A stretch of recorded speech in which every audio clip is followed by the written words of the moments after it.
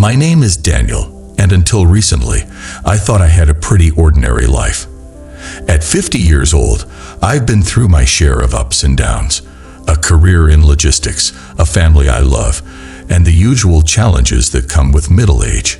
But one day, everything changed. It started as a normal morning, but a sudden cardiac arrest stopped my heart and sent me somewhere I never expected to go. I found myself in a realm of light, love, and truth, guided by a presence I can't fully describe. What I saw there will stay with me forever. It began like any other day. The alarm clock buzzed at 6:30 a.m., pulling me out of a restless sleep. I had a lot on my mind, deadlines at work, bills to pay, and the constant news cycle that felt heavier with each passing day. After a quick breakfast of toast and coffee, I kissed my wife goodbye and headed out for my usual morning walk. It was a crisp autumn day in Texas, the kind where the air has just enough chill to make you appreciate the sun. As I walked through the quiet streets of my neighborhood, I felt a strange sensation in my chest. It wasn't sharp pain, just a dull ache, like someone pressing their thumb against my ribcage. I brushed it off, thinking it was nothing more than stress. I even joked to myself, maybe I should lay off the bacon. But within minutes, the ache turned into a crushing weight. My vision blurred, and I stumbled to the nearest bench. My breathing became shallow, and I couldn't catch my breath. Panic set in as I realized I couldn't call for help. My phone was back at home. That's when everything went black. I don't remember collapsing or hitting the ground. The next thing I knew, I was floating above my body, watching as a passerby dialed 911. I felt oddly calm, detached from the chaos unfolding below. It was like watching a movie, but the protagonist was me. The transition was so seamless that I didn't even realize I was leaving my earthly existence. One moment I was hovering above my body, and the next, I was in a completely different place. Words don't do it justice, but I'll try. It felt like stepping into pure light. Not the harsh, blinding kind, but a warm, comforting glow that seemed to wrap itself around me like a blanket. The air, or whatever it was, felt alive. It was as if the very essence of this place was vibrating with energy, love, and peace. I didn't feel any pain or fear. In fact, for the first time in years, I felt truly whole. It was as though all the worries, regrets, and doubts I had carried with me my entire life had simply melted away. I started to notice shapes in the distance.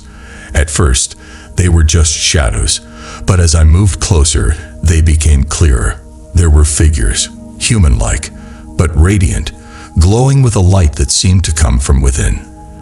They didn't speak, at least not with words, but I understood them perfectly. It was as if they were communicating directly with my soul. One figure stood out from the rest. This presence wasn't just radiant, it was overwhelming in its warmth and wisdom. I knew immediately that this was my guide. I can't explain how I knew. I just did. This guide didn't have a name or a face, but it felt deeply familiar, like an old friend I hadn't seen in years. My guide didn't say much at first, but their presence was enough to calm me completely. It felt as if this being knew everything about me, my fears, my hopes, my mistakes, and yet loved me unconditionally. The light around them seemed to pulse gently, as if mirroring their emotions. I remember feeling a deep sense of belonging, like I was exactly where I was supposed to be. The guide finally spoke, though not in the way we speak here. Their words were more like impressions, feelings that settled into my mind fully formed. "You're here for a reason," they said. "There's something you need to see." I felt myself being pulled forward, though I wasn't walking. It was more like I was gliding effortlessly toward a vast expanse of shimmering light. The guide stayed beside me, their presence reassuring and steady. As we moved, the light around us began to shift, forming images, scenes that were vivid and full of meaning. The first vision was difficult to watch. I saw a world fractured by division, people shouting at one another across invisible lines. It wasn't just political or cultural, it was personal. Families were torn apart, friendships destroyed, communities divided. The pain was palpable, even in this ethereal space. I could feel the weight of it, the sorrow of a world that had forgotten how to listen, how to love. But the vision wasn't without hope. My guide pointed to small pockets of light scattered across the darkness. These were people who were working quietly, tirelessly, to heal the rifts. I saw a mother teaching her children about kindness, a pastor bringing his congregation together to serve their community, and even strangers helping each other in times of need. The light from these small acts began to grow, spreading slowly but steadily. My guide turned to me and said, "The world is not lost, but it needs reminders of what truly matters: love, compassion, and understanding. These are the bridges that will close the divides." The next vision was of a battlefield, but it wasn't like the ones I had seen in history books or movies. This was the ongoing conflict between Russia and Ukraine, and it was as if I was seeing it from above. I saw the pain and suffering on both sides, families displaced, soldiers fighting battles they didn't fully understand, leaders making impossible decisions. What struck me most was the humanity behind the headlines. I saw a Ukrainian mother comforting her child in a bomb shelter, her face lined with exhaustion but filled with determination. I saw a Russian soldier lowering his weapon, refusing to fire on civilians. These moments of compassion stood out against the backdrop of chaos, like beacons of hope. My guide explained that this conflict wasn't just about politics or power. It was a reflection of deeper wounds in humanity. The world must learn to see beyond borders and differences, they said. True peace begins in the heart. The vision shifted to the leaders of both nations. I saw their struggles, their fears, and their hopes. They weren't villains or heroes. They were human, burdened by the weight of their choices. My guide emphasized the importance of leadership rooted in empathy and wisdom, not pride or fear. As the vision continued, my guide focused on the leaders of both Russia and Ukraine. I didn't see them as the figures portrayed in the media or the subjects of debates. Instead, I saw them as individuals. There was a depth to their struggles that transcended political ideologies or public personas. They were human beings, burdened by the weight of their decisions. I saw the Russian leader, a man carrying the immense pressure of maintaining power in a nation divided between its past and future. His choices were complex, rooted in his experiences and the expectations placed upon him. My guide didn't paint him as a villain or a saint. Instead, they showed me his humanity, his moments of doubt, his rare glimpses of vulnerability, and his inner conflict about the path he had chosen. Then I saw the Ukrainian president, a figure of resilience and defiance. My guide revealed his sleepless nights, the heavy burden of leading a nation in turmoil, and his deep love for his people. I witnessed the strength it took for him to stand firm, even when the odds seemed insurmountable. Yet I also saw his moments of fear, his questioning of whether he was doing enough or making the right decisions. The lesson was clear. Leadership isn't black and white. It's not about being perfect or infallible. True leadership requires humility, compassion, and the courage to prioritize people over politics. My guide said, leaders are reflections of their nations. When they choose love and unity, so will their people. After the visions of Russia and Ukraine, my guide turned my attention to America. I saw my own country through a lens I'd never considered before. From above, it looked like a patchwork quilt, diverse, complex, and sometimes frayed at the edges. But the potential for greatness was undeniable. My guide showed me how America's influence extended far beyond its borders. I saw scenes of diplomats working tirelessly in back channels, trying to mediate peace talks between Russia and Ukraine. There were moments of hope, like humanitarian efforts sending aid to those in need, and moments of missteps, where pride or politics clouded judgment. The vision shifted to ordinary Americans, students organizing fundraisers for displaced families, veterans advocating for peace, and communities rallying to support refugees. My guide explained, America's strength lies not in its power, but in its people. Their willingness to act with compassion can change the world. But there was also a warning. My guide showed me the consequences of isolationism and division within America. If the country turned inward, focused only on its own struggles, its ability to lead with integrity and influence global peace would diminish. Unity at home creates strength abroad, my guide said. The world looks to America not just for its policies, but for its example. As I absorbed these visions, my guide emphasized one core message: unity is the antidote to conflict. I saw images of people coming together, not because they agreed on everything, but because they chose to value each other's humanity. The guide showed me scenes from different parts of the world. Villages in Ukraine rebuilding homes together, Russian and Ukrainian families praying side by side, and Americans advocating for peace through grassroots movements. One image that struck me deeply was of a group of children. They were from different countries, speaking different languages, but they played together as if none of that mattered. My guide said, "Children don't see borders. They see friends. This is the future we must strive for."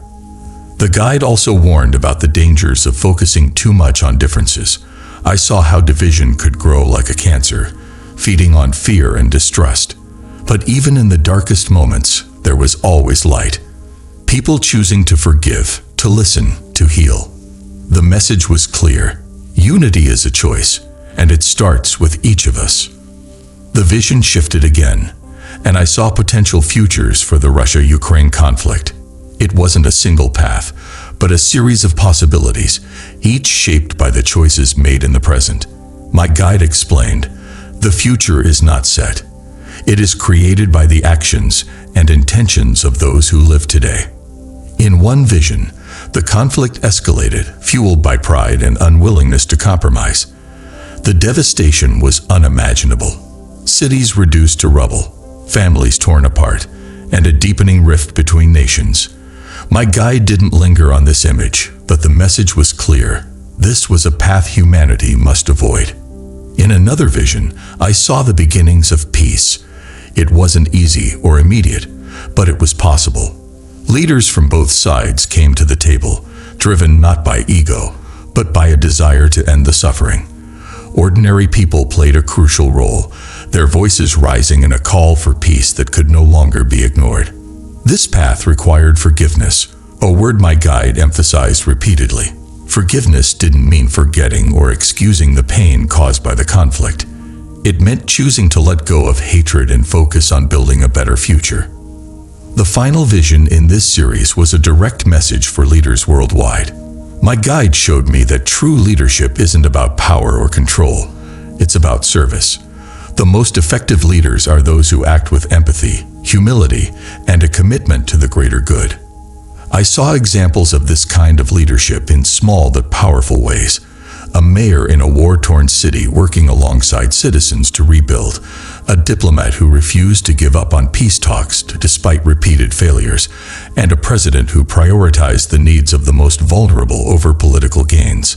But I also saw the consequences of selfish leadership. Corruption, greed, and arrogance led to division, suffering, and a loss of trust. My guide's message was clear. Leaders must act not for themselves, but for the people they serve. When they fail to do so, it is the people who pay the price. The guide ended this vision with a challenge, not just for leaders, but for everyone. Leadership is not limited to those in power. Every person has the ability to lead by example. Choose kindness, seek understanding, and act with courage. This is how the world will heal. As my guide turned the focus back to the United States, I saw a vivid image of a nation grappling with its own challenges.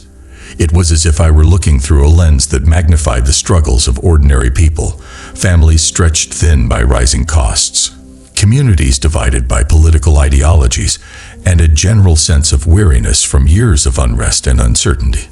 I saw scenes of debates between neighbors, arguments over social issues that had spiraled into personal attacks.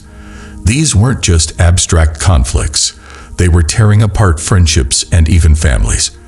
My guide explained that America's greatest challenge wasn't external threats or economic hurdles. It was its inability to see beyond differences. But just as the weight of this vision began to sink in, my guide showed me something else. I saw people coming together in unexpected ways.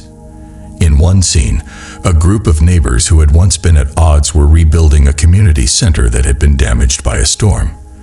They didn't agree on everything, but they chose to focus on what they could do together rather than what divided them.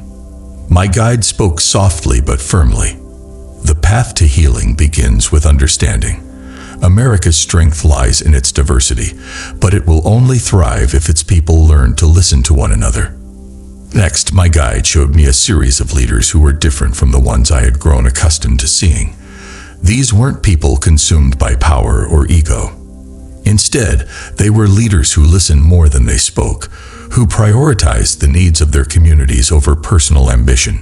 I saw a young woman running for local office, not because she wanted recognition, but because she had a deep desire to improve her town. She didn't come from a wealthy family or a political dynasty. She was an ordinary person with extraordinary compassion. Her campaign wasn't flashy or expensive, but it resonated with people because it was rooted in authenticity. My guide then showed me leaders at higher levels: governors, senators, even a president. These individuals faced immense challenges, but they approached their roles with humility. They admitted when they were wrong, sought advice from others, and made decisions based on what was best for the people they served, not what would benefit them politically. The message was clear. Leadership isn't about titles or power. It's about service. My guide emphasized that anyone could be a leader if they chose to act with empathy and integrity. As the visions continued, my guide shifted the focus from leaders to everyday citizens. I saw countless examples of ordinary people making extraordinary differences in their communities. These weren't grand gestures or viral moments. They were small acts of kindness that rippled outward. In one scene, I saw a retired teacher tutoring children in her neighborhood for free because their school was underfunded. In another, I saw a mechanic fixing cars at a discounted rate for single parents who couldn't afford repairs. These acts didn't make the news, but they had a profound impact on the lives they touched. My guide explained that real change doesn't always come from the top down. It often begins with individuals who decide to make a difference, no matter how small. The power of one is greater than you can imagine, my guide said. When one person acts with love, it inspires others to do the same. The vision ended with an image of a community garden, where people from all walks of life worked side by side. It was a simple, beautiful reminder that when people come together, they can create something truly meaningful. My guide then showed me a future filled with remarkable advancements in technology and environmental restoration. I saw engineers developing machines that could clean entire oceans of plastic, and scientists creating affordable solar panels that powered entire neighborhoods. These innovations weren't driven by greed or competition. They were born from a collective desire to heal the planet.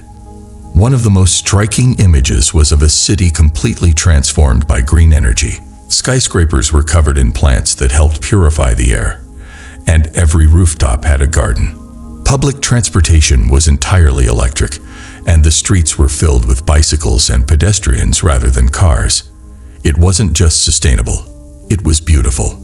But my guide also emphasized that these advancements didn't come easily. They required cooperation, sacrifice, and a willingness to change old habits. The earth will only heal when its people choose to be its caretakers, my guide said. Technology is a tool, but the heart behind it matters most. The next vision was one of faith, not tied to any specific religion, but to a universal sense of connection and purpose.